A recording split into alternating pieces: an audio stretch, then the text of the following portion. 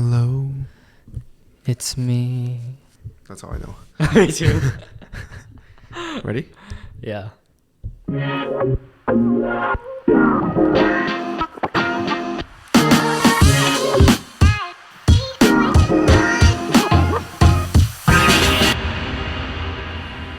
Hey, what's up, guys? It's the BoriBros. We're back after 2 weeks. My name is Kyle, My name is Dan. and we hope you missed us. Yes. Because we definitely missed you. And I missed you. I missed you too. This is And I missed Oreo. Yeah. This is our first time seeing each other in, 3 weeks? Yeah, 3 weeks. So literally 3 almost weeks. a whole month has passed by. Mm-hmm. Like, so many things happened, dude. Yeah. Do you want to tell me a little bit about what you've been up to? Well, first of all, you should tell them where you're gone to. Oh, I was gone to Atlanta for 2 weeks to visit my girlfriend and her family back in Atlanta, Mm-hmm. which is where Daniel is from. Yep. And Just left me. yeah, so if you're wondering why we missed last week's episode, that's why. I tried to do it by myself, but I need Kyle. How did that go? Can you tell me about that? It was okay. So I was trying to talk about like the things I've learned since I moved to New York. Uh-huh. Because it's like been 6 months already, and I Yeah. feel like so many things have happened. These past 2 weeks, even so many people came by. The one main thing that's different is no one comes to visit Georgia.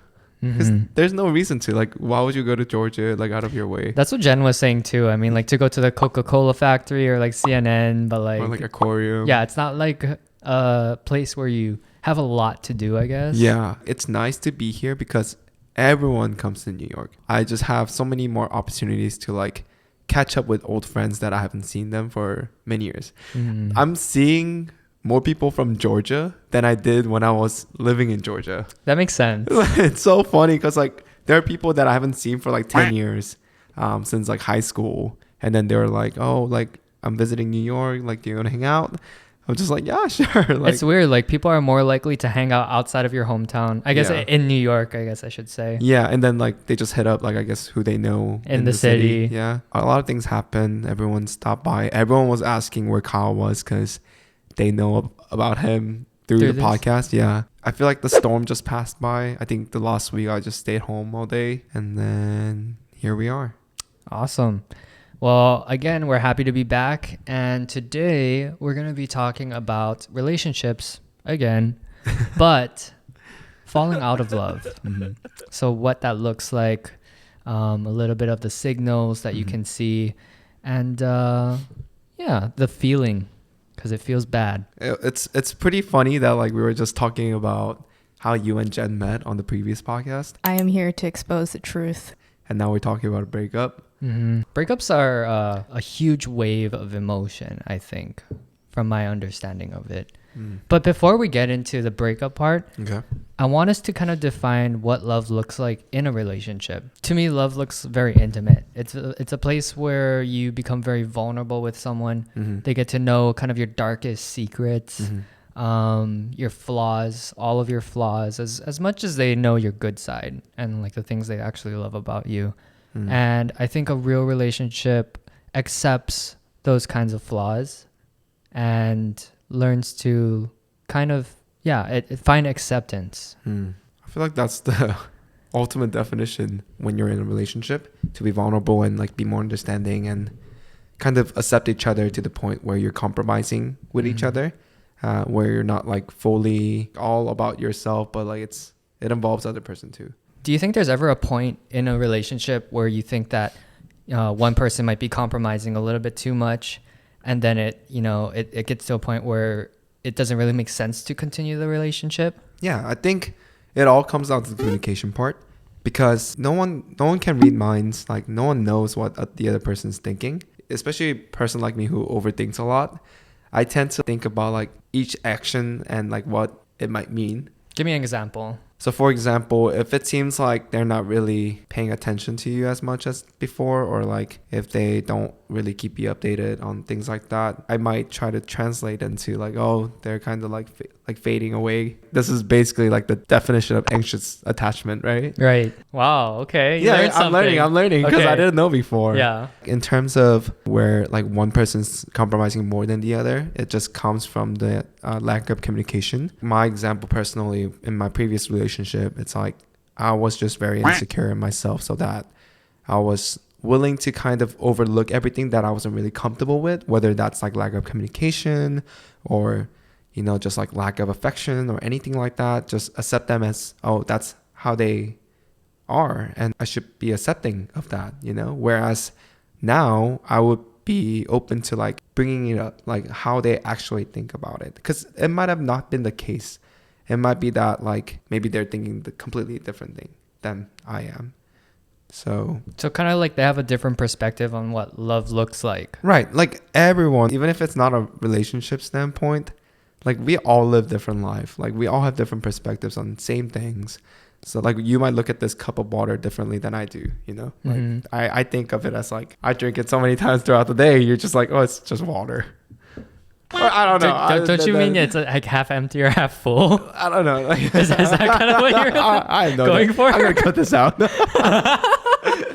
I think you should keep that in, honestly. Yeah, I mean, when they talk about the perspective of water, it's like either half empty or half full. That's like that's the... But you're saying to drink it every day. It's been so long. I'm just kind of nervous right now. Yeah, you're right. I mean, it's been like 3 weeks since we've actually like been on the mic, so. Yeah, I haven't really had time to think deep like this. That's kind of what these sessions are, though. It's like I'm forcing him to think deeper. Yeah, this podcast really is allowing me to kind of think in deeper sense, because I have a lot of alone time, right? Like I tend to think for myself, but not really like, no one's asking me those kind of questions to go beyond like what I already know kind of thing. But especially because I slept at like 4 a.m. yesterday. And I woke up at like, 9? Okay, good. We're both a bit slow this week. I mean, like I was having trouble kind of just speaking the past 2 days. So I think that's okay. Yeah, but glad to be back. Yeah, me too. I think that's the 4th time we said that. Glad to be back. I just missed Kyle. We'll just revert back to that. Glad to be back. Can you remember moments where you realized that you were falling out of love? I think at the moment, you don't really know, right? Because you're just trying to make it work as best as you can. Again, I think this podcast really allowed me to see reflect on my past relationship. And I'm kind of seeing the whole like, oh, what kind of went wrong at this point and what could have been better to certain points of my relationship. I think there weren't like specific moments, but like it's just like a culmination of something happening and then that just kind of getting built on, so that like that whole like weight of something that you don't really like or something that you're not comfortable with within the relationship, it was like a breaking point kind of thing. There's a breaking point. Yeah. There's like basically you're carrying as like more and more and more that like it just ends up like not working out. How does that happen? Just to recite all my relationship, like the whole relationship basically. Insecurity, no communication. And then this is again like I'm talking in my own perspective. She might have had the completely different perspective than I do, and she might have seen the different problems that I had. I think when I look back, I feel like I did like try to overlook everything and then try to like do things that she might like or appreciate without even her like asking about it. I had a lot of female friends, and then even before she told me to like cut her off, I would just kind of like push back everyone that she might not be comfortable with. And then that just kind of gave her that expectation. He will like always push out all the girls. Right. But like if I'm going out like with a group of my friends, if there's a girl present, like I would know she's not like feeling comfortable. Like when you know that she's in that stage of being extremely angry about something, and you can see it in her face. Like it's very easy to see when people are upset. Right. Did you ever talk to her about it, or like ask her like, hey, like what's going on? Like why are you and not really like, you know, pushing her on it, but just asking like, is everything okay? We dated for 6 years, so that's a long time. And then now I look at it, I feel like relationship is like building a brick wall, basically, like a house. Let's say like the foundation has to be good. I like this analogy. Right? Because like if the foundation is not good, no matter how like nice the house ends up being, it's always going to be unstable in the bottom, right? And then if that falls, like everything falls. Wow. And then thank you. Like yeah, I like that. We really didn't talk about our problems. Like we had a really long honeymoon phase too, where everything really seemed nice. Every time we would talk about certain things that we're not feeling good about in our relationship, it would always be some sort of argument. We have that notion, like whenever we talk about a problem, both of us would get offended in some ways. Whereas it shouldn't be, right? It's not a fight. We're not like calling each other out, but we're just saying like, oh, I think this is a problem and I think we should fix it because that's what's affecting our relationship, right? And then I didn't see it at that time. I got offended too whenever she would point out, oh, you're doing this, this, this.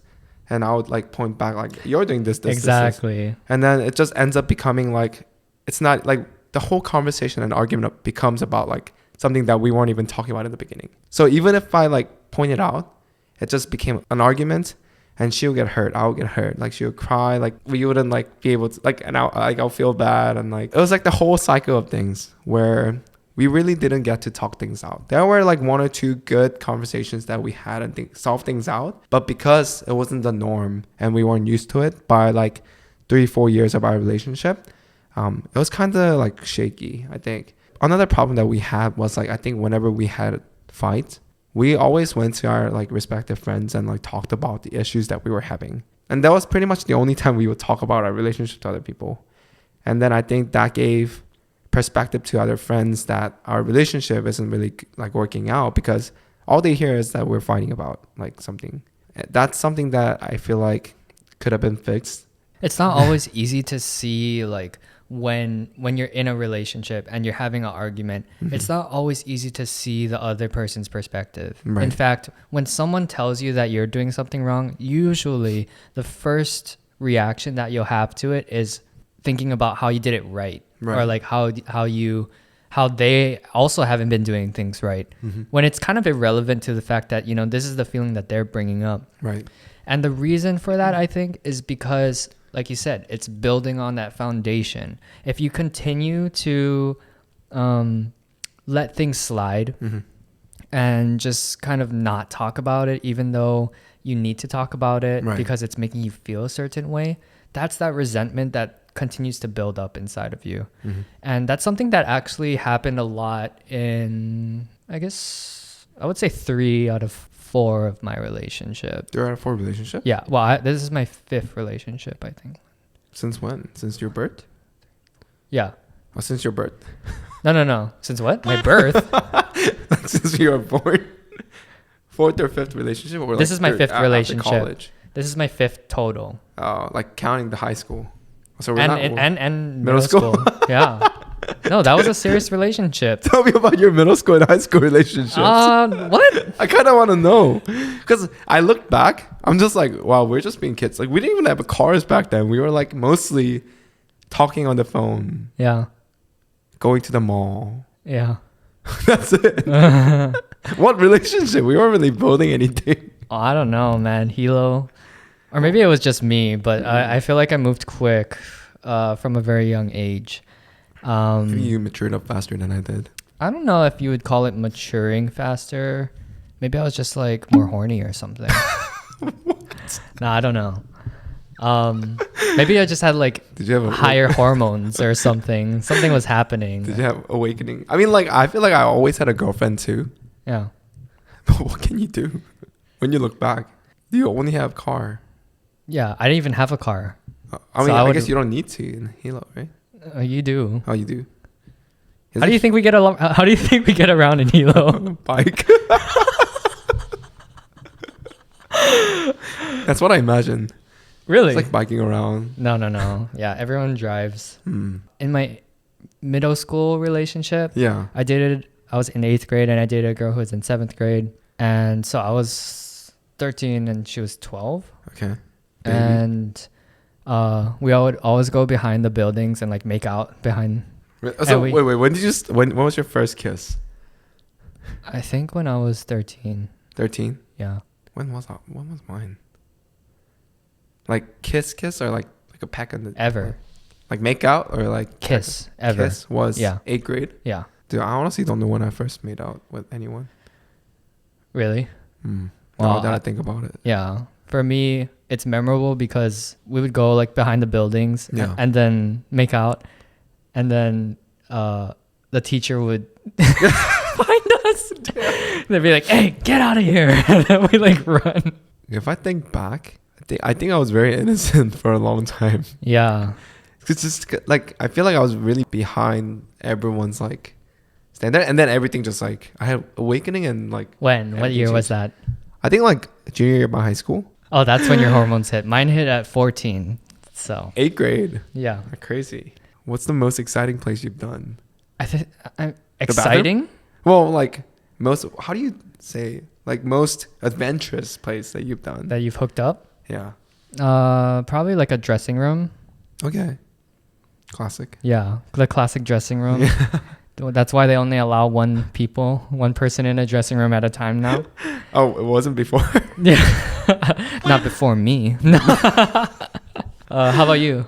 I think library. It was funny. It was like a library, and then they had like a little study booth thing, and we were in there. But it was like a clear door, like the window was like huge. So if someone passed by, they would have probably seen it. But oh, you had to be very quiet. yeah, it's just any peep, they would have been like. We were very adventurous, I guess. Mm-hmm. Like we didn't like the mountain too. Oh really? We like went off the trails. Oh yeah, that sounds fun. Desperate times, desperate needs, right? Yeah. Yeah. Exactly. At least we have our own places now. It's like when that's like the time when we're living in the roommates or like our parents and stuff. Yeah. So. The car. The best places to have probably like cars. I sweat too much, especially during summer. Yeah. So I hated cars. Mm-hmm. There's your spice take for you. Yeah, that's the spicy content everyone's asking for. Yeah. I don't know why that's where. How did we get there? We're talking about like that resentment building. So like there's a lot of lust in the beginning of a relationship. For sure. I think relationships that are just like built on lust though tend to kind of be a bit faulty. I don't know. What do you think? I think it really depends on the people. Yeah. I think some people make it work, and it's like a puzzle piece, right? Like every side has to fit in order for the relationship to work. Mm-hmm. Lust is just one part. Like the physical attraction is just one part. Communication is the other. Like, yeah. I don't know the other two sides, but yeah, you can and find the rest. You can find the rest online. Because I feel like if you start off with that kind of being on that high of like hooking up and like the novelty of having and being with someone new, and that's kind of what you base the initial part of your relationship on, then like that part fades. Right. It's like if you like someone for their beauty, like beauty also fades. They age. Right. Things happen as you grow in a relationship. I think physical appearance is what attracts, and then the personality and like compatibility is what makes the relationship continue. Mm-hmm. So coming back to like the falling out of love part, when you and your ex-girlfriend were kind of getting to that point, what were some of the signs that you saw? Mostly it's just like constant arguments, the paranoia of like, oh, what's gonna anger her next, like kind of thing, like what's gonna like annoy her, like bother her. I feel like I was really paranoid about that because I feel like every action, like I had to overthink about what I'm doing so that I can make sure that like we wouldn't fight. But then that shouldn't be the case, right? Yeah. It should be like you're comfortable within the relationship, not like, oh, like when's gonna be our next argument, or like, what's gonna tick her off, kind of thing. You're bringing back a lot of memories for me because like when I break up with my exes, I tend to just kind of forget what that whole relationship was like. Yeah, like even for me, I mean, these things I really didn't think about until we started talking about it, in or outside of podcast. But I'm learning, like I'm really like dissecting this whole relationship because that's one big relationship that I had. That was like my half a decade. That's true. 6 years. That's true. Hard to forget. More than half of my 20s. Yeah. So like I do want to know what went wrong and then kind of like, learn from that and then apply it to my next relationship. Right. Like I don't want to be anxious. I want to be kind of secure too, in a way that like I could trust the other person and then make sure that I'm doing the right thing for that person. Mostly I think we're just young. We were 18 or 19 when we first met. So we didn't know all this. Like I didn't know all this until recently. I didn't know we had to like communicate, be vulnerable, like you said. Like we have to be really open to each other about like what's hurting us or like what's bothering us, rather than like just kind of like trying to keep it going and Yeah, just overseeing. kind of forcing it, right? Yeah. In a way where it's just like, I just want this to work. Right. So because of that, I'm just going to let everything slide and I'm just going to just whatever. Right. It's just, let's just keep it going. I think one thing I knew for sure was that I could feel the love that she was giving to me, and that was no doubt, like I knew it was there. I think she was someone that gave me a lot of affection, and that's why that gave me confidence. That like a contrast to the beginning where I was very insecure, like this person's gonna leave me. She did a really good job making sure I knew that she wasn't gonna leave me. The issue was the other part where like we were being hurt, but we can't really solve it out together. Yeah, you never like, and I think also this is an important thing is that when you get into enough arguments, when you're trying to talk about your feelings, you tend to want to just not talk about it anymore. Yeah. Right? You're kind of afraid to, because it doesn't make you feel good at the end of that conversation. You know that this conversation is not going to lead to something productive, and it's not going to make us, it's not really going to make the relationship better. And because of that, I don't really want to bring it up. I mean, it all goes back to like we were just really bad at communicating, and that was like the vital point of any relationship. So like it was kind of hard. Again, a reminder that this is just my perspective. I was so frustrated at one point because we were talking about one thing and it would lead to like so many different other topics. I was like, we got to record ourselves when we're arguing so that... That's what I said. No, did she get angry at you for saying that? Of course. Yeah, mine too. But like, it was so frustrating because we were talking about one thing and it just went to like completely different other topic. All these different things. I was just like, that's not what we're talking about. Yeah. Yeah. Yeah, that was... But like, I feel like if I look back at it, it's kind of pity. To the like, I'm gonna write it down. No, but then it's because in a way, it feels like you're being gaslit because like we start on one subject and it kind of changes to something completely different, or that like they said one thing and you said one thing and it's hard to know who actually said what. Right? Because it's like my word versus your word. So it's like, let's just record our... But then it's weird, right? That's a weird concept at the same time when you think about it. I could see why that person would get offended though. Yeah. You made me remember things that I pushed to the very back of my memory. Like, I don't like to think like the worst of my exes. In fact, I want to think the best of them and I hope they're doing well. Right. But yeah, like I don't usually think about the negative aspects that happen, or like I kind of forget why we broke up in the first place. I wish we could have made it work. I mean, ultimately it was my fault that like the relationship didn't work, but I think there were many points throughout the relationship where we could solve things out. We could have solved things out, or like we could have done better that I didn't know back then. But I could apply it to the future relationship. So it's not like this was waste of time, or like nothing like came out of the result of this relationship, but like I really came out as a more mature person in terms of like what I could do and like how I could think about the future relationship. One thing I want to ask, do you know about the idea of like when someone checks out of a relationship? So that's the thing I don't understand. What's the phrase check out mean? So checking out of a relationship means that it's like, you can think of it as a hotel. Okay. I mean, like just as a very shitty analogy. 11 a.m. Yeah, it's like, you know how I used to check out at 11? But you end up checking out at like 8 a.m. Oh. But then your checkout time is still at 11.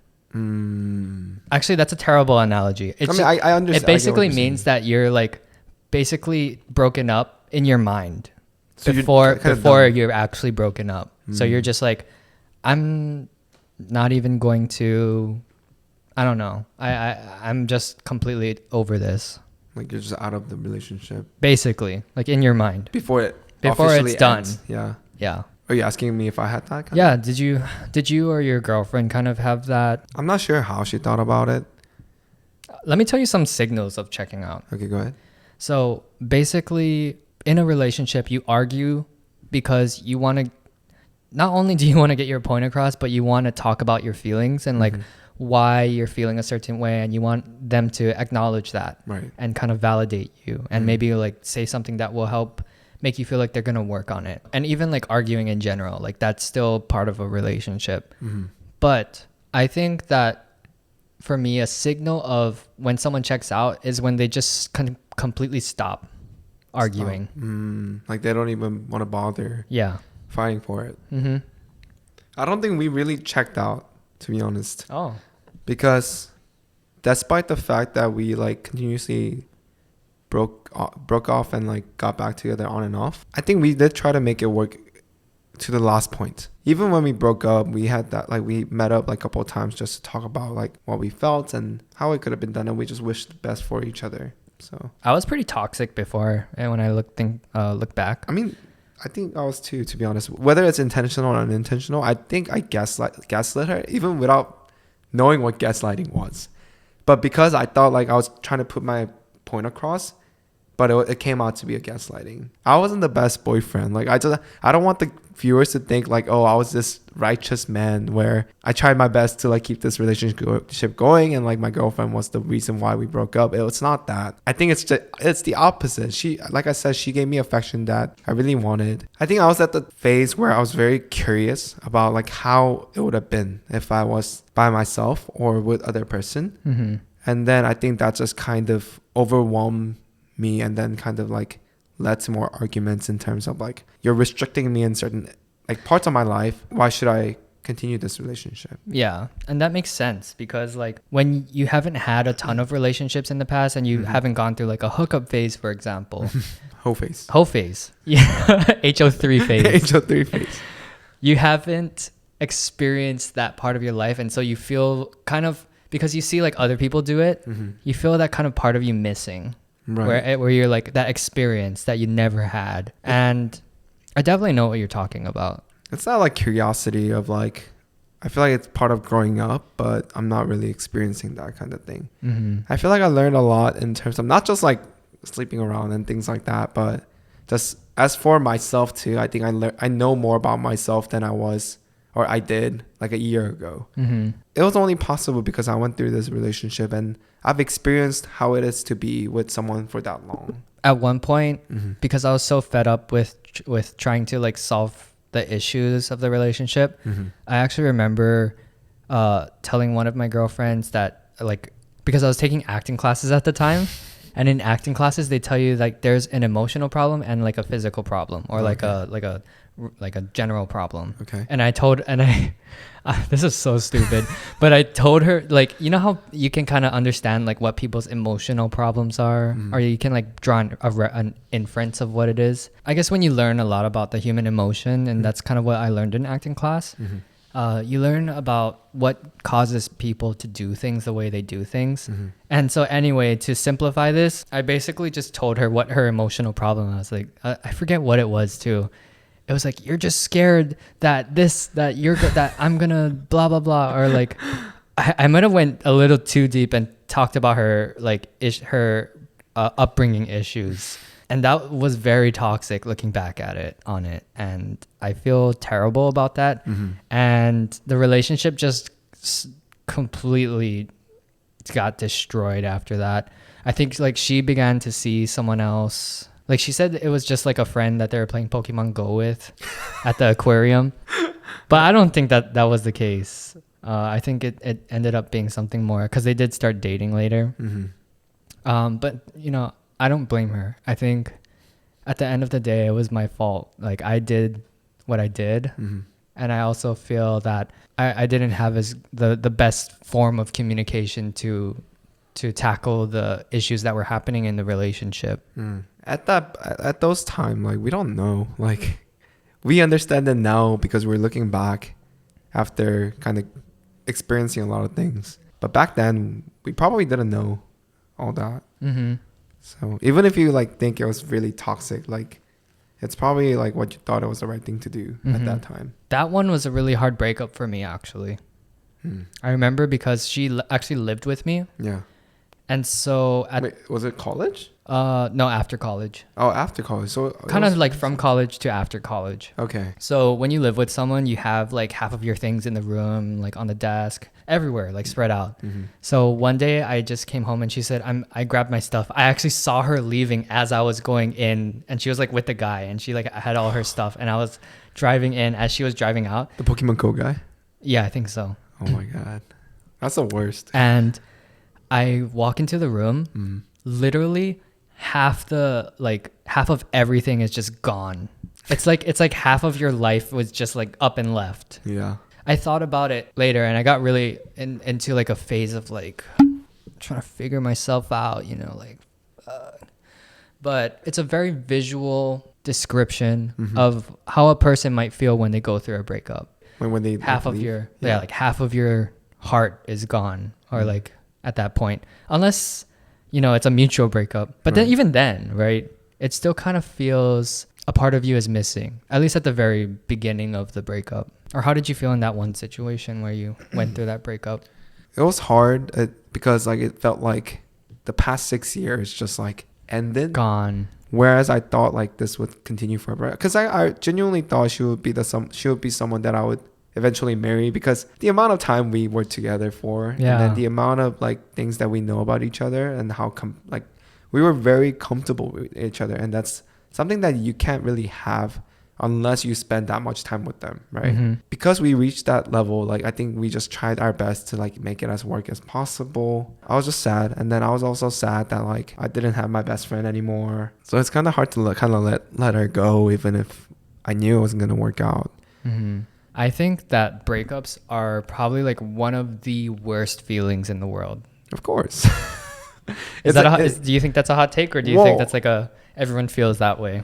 Let me rephrase that. Not just breakup, just like losing someone. Whether it's just like relationship, friendship, like if someone passes away, just losing someone out of your life, especially because I get attached really easily, whether it's just like your friend or like anyone. So like I think losing someone is like one of the saddest, most saddest It's a deep cut. feelings you can have, I guess. It's a deep cut, and it's a very intense. For me, when I've gone through breakups, it's always a very intense, like hard feeling to experience. Yeah.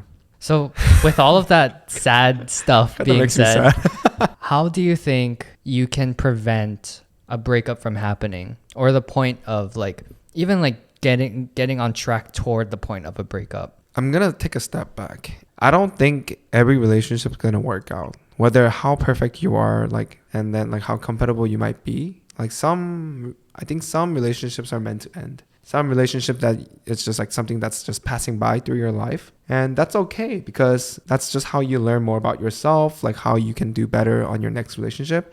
I think you mentioned one time in your previous podcast about how you've experienced all that from previous relationships. So you knew what you wanted with the relationship with Jen. So you understood when she was going through those like time, like period when she was like doubting, or like when she was like kind of asking herself those questions. I think that's ultimately the goal, right? Just to know like what you want in the relationship, what you can do in the relationship, and being confident that, like I can make this work, kind of thing. It's really about like understanding what you can change and what you can't change.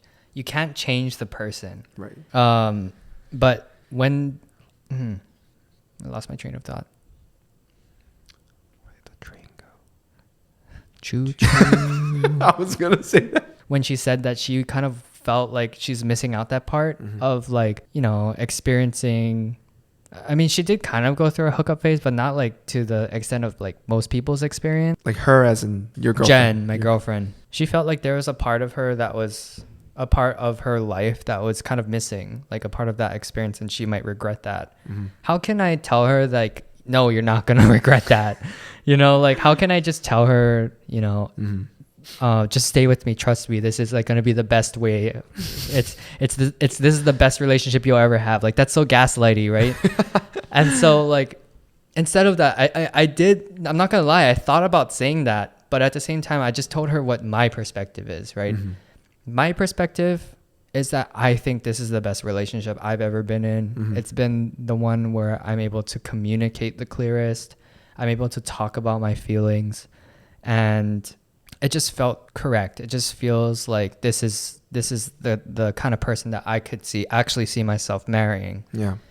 And I can't, you know, I've been through all of those experiences that she's talking about. Like I've went through a short, but a hookup phase. You know, I've been in long relationships, so I know what I want. I know what I don't want.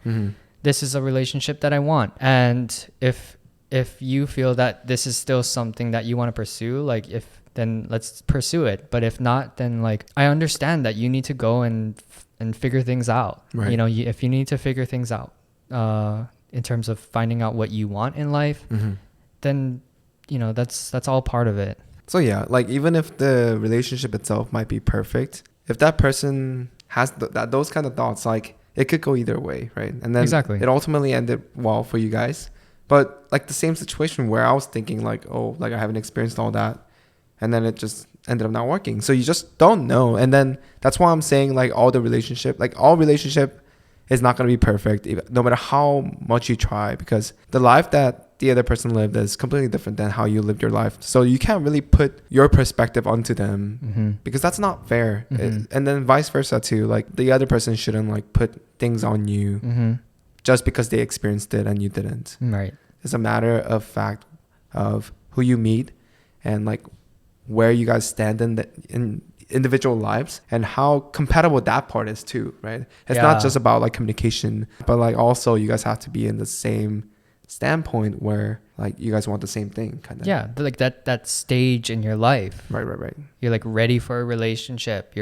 You've worked on yourself. You understand who you are as a person and exactly what you want. I think at that point, that's the best point for two people to meet. If one person is unsure, it can be a little bit messy. Right. Not to say that it can't work at all, but I think that it's important for you to understand who you are as a person, right, before you get into that relationship. Yeah, I think that's also the reason why I'm kind of hesitant. Not like now, not so much as when I first came to New York, but like I think I wasn't really ready, and I thought like it's not really fair for the other person if I were to get in a relationship, because I still have those kind of curiosities, and I didn't really meet like tons of people. Like I didn't really go on like casual dates or like hook up with anyone as much as like the norm. I feel like my life is very like behind compared to all my friends in my age. I feel Why do you say that? Who in my age dated for 6 years? Like That's not true. that many Okay. people. I see what you mean then. So like I you feel like you missed out that 6 years of your life. I feel like my life kind of flipped, whereas like people just like figure themselves out during the college or like after college and then like try to find their like serious relationship partners. Whereas I had my serious relationship partner for 6 years and then that ended, and then now I'm just like trying to figure myself out again. Okay, that makes sense. It's a hot take, but like people say like, oh, like people like guys are trash because like they only want hook up and think like casual dating, like to justify for myself, to justify for myself. Not for all guys, but just himself.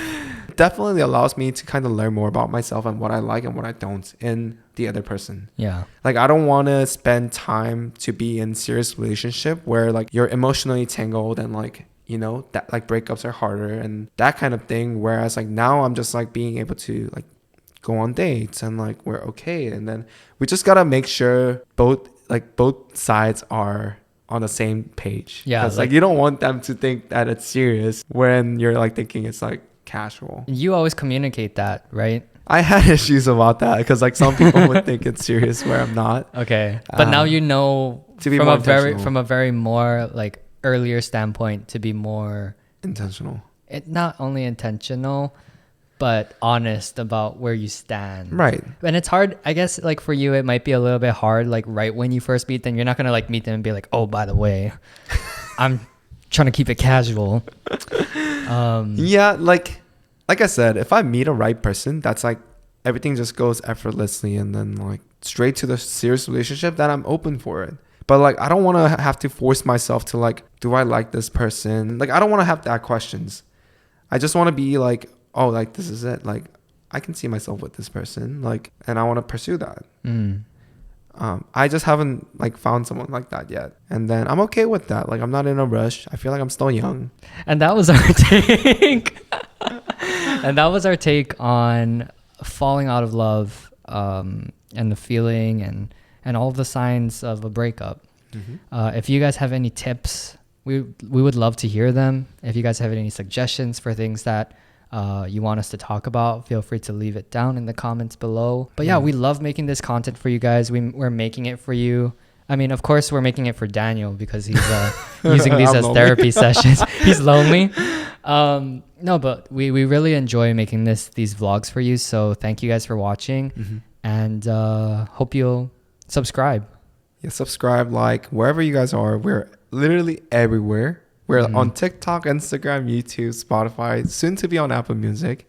I just have been lazy and not been putting it on. Yeah, we really appreciate you guys watching and love you. Love you more. Love you more.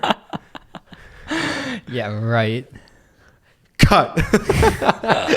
Bye-bye. Bye.